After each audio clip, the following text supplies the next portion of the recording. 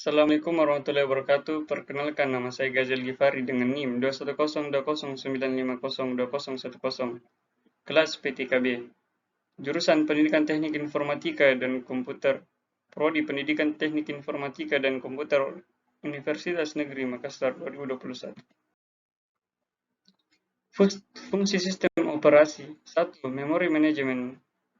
Manajemen memori terbagi menjadi dua fokus utama, yaitu primary memory dan main memory, di mana primary memory merupakan kebutuhan penyimpanan yang diutamakan seperti RAM. Main memory merupakan penyimpanan yang dapat diakses langsung melalui CPU. 2. Device management. Sistem operasi juga mempunyai fungsi untuk mengatur komunikasi antar perangkat melalui setiap driver. Untuk program yang berperan untuk menangani hal tersebut adalah I/O controller. Pengertian sistem operasi. Sistem operasi adalah sebuah perangkat lunak atau yang disebut juga dengan software yang tugasnya mengontrol atau mengatur sistem kerja perangkat keras agar dapat menjalankan berbagai aplikasi yang ada dalam sebuah sistem komputer. Dengan adanya sistem operasi, maka perangkat bisa dijalankan dengan baik dan sesuai fungsinya.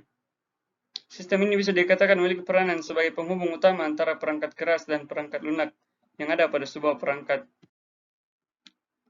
3. File management. Fungsi yang ketiga, OS juga dapat digunakan untuk melakukan konfigurasi pada dokumen, mulai dari tahap awal hingga akhir yang mengatur kebutuhan detail setiap informasi. Kemudian mengelola lokasi, fungsionalitas sistem, dan fitur yang lainnya. Fase pengaturan tersebut disebut dengan file system yang biasanya dimasukkan ke dalam direktori pencarian untuk memudahkan penggunanya. 4. Processor management. Fungsi dari sistem operasi yang terakhir adalah mendukung proses multiprogramming untuk menentukan fase mana yang menggunakan prosesor dalam jangka waktu tertentu. Komponen sistem operasi. Menurut Avi Silberschatz, Peter Galvin, dan Greg Gagne, umumnya sebuah sistem operasi modern mempunyai komponen sebagai berikut. 1. Manajemen proses. 2. Manajemen memori utama. 3. Manajemen secondary storage. 4. Manajemen sistem I/O. 5. Manajemen berkas. 6. Sistem proteksi. 7. Jaringan. 8. Command interpreter system. 1. Manajemen proses. Proses adalah keadaan ketika sebuah program sedang dieksekusi. Sebuah proses membutuhkan beberapa sumber daya untuk menyelesaikan tugasnya. Sumber daya tersebut dapat berupa CPU time, memori, berkas-berkas, dan perangkat-perangkat I/O.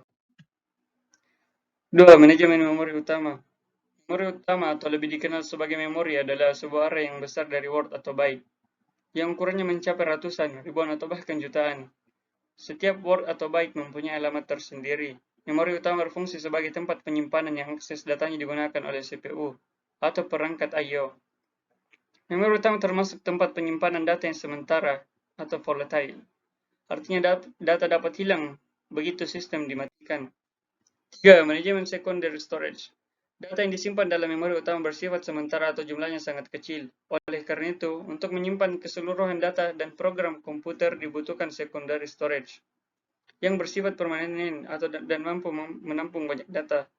Contoh dari secondary storage adalah hard disk, disket, dan lain-lain. 4. Manajemen sistem I/O. Sering disebut device manager. Menyediakan device driver yang umumnya sehingga operasi I/O dapat seragam, membuka, membaca, menulis, menutup. Contoh pengguna menggunakan operasi yang sama untuk membaca berkas pada hard disk, CD-ROM, dan floppy disk. 5. Manajemen berkas. Berkas adalah kumpulan informasi yang berhubungan sesuai dengan tujuan pembuat berkas tersebut. Berkas dapat mempunyai struktur yang bersifat hierarkis, directory, volume, dan lain.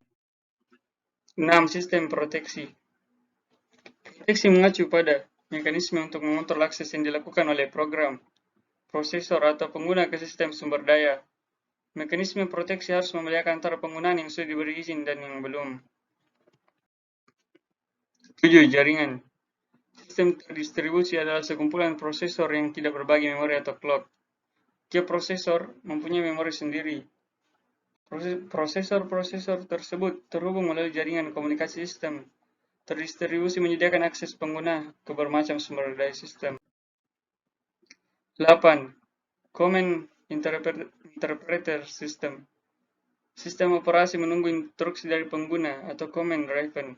Program yang membaca instruksi dan mengartikan control statement umumnya disebut control car interpreter, command line interpreter, dan Unix shell. 9. Layanan sistem operasi. Eksekusi program adalah kemampuan sistem untuk load program ke memori dan menjalankan program. Operasi I/O pengguna tidak dapat secara langsung mengakses sumber daya perangkat keras. Sistem operasi harus menyediakan mekanisme untuk melakukan operasi I/O atas nama pengguna. Sistem manipulasi berkas adalah kemampuan program operasi pada berkas, membaca, menulis, membuat, dan menghapus berkas. Sistem calls. Sistem call menyediakan interface antar program atau program pengguna yang berjalan dan bagian OS. Sistem call menjadi jembatan antara proses dan sistem operasi. Sistem call ditulis dalam bahasa assembly atau bahasa tingkat tinggi yang dapat mengendalikan mesin atau C. 11. Mesin virtual. Konsep MV menyediakan proteksi yang lengkap untuk sumber daya sistem dikarenakan tiap MV terpisah dari MV yang lain. Namun, hal tersebut menyebabkan tidak adanya sharing sumber daya secara langsung. MV merupakan alat yang tepat untuk penelitian dan pengembangan sistem operasi. Konsep MV susah untuk diimplementasi sehubungan dengan usaha yang diperlukan untuk menyediakan duplikasi dari mesin utama. 12. Perancangan sistem implementasi. Implementasi sistem biasanya menggunakan bahasa assembly. Sistem operasi sekarang dapat ditulis dengan menggunakan bahasa tingkat tinggi. Kode yang ditulis dalam bahasa tingkat tinggi dapat dibuat dengan cepat, lebih ringkas, lebih mudah dimengerti, dan didebug. Sistem operasi lebih mudah dipindahkan ke perangkat keras yang lain bila ditulis dengan bahasa tingkat tinggi. 13. System Generation (SysGen). Sistem operasi dirancang untuk dapat dijalankan di berbagai jenis mesin. Sistemnya harus dikonfigurasi untuk tiap komputer.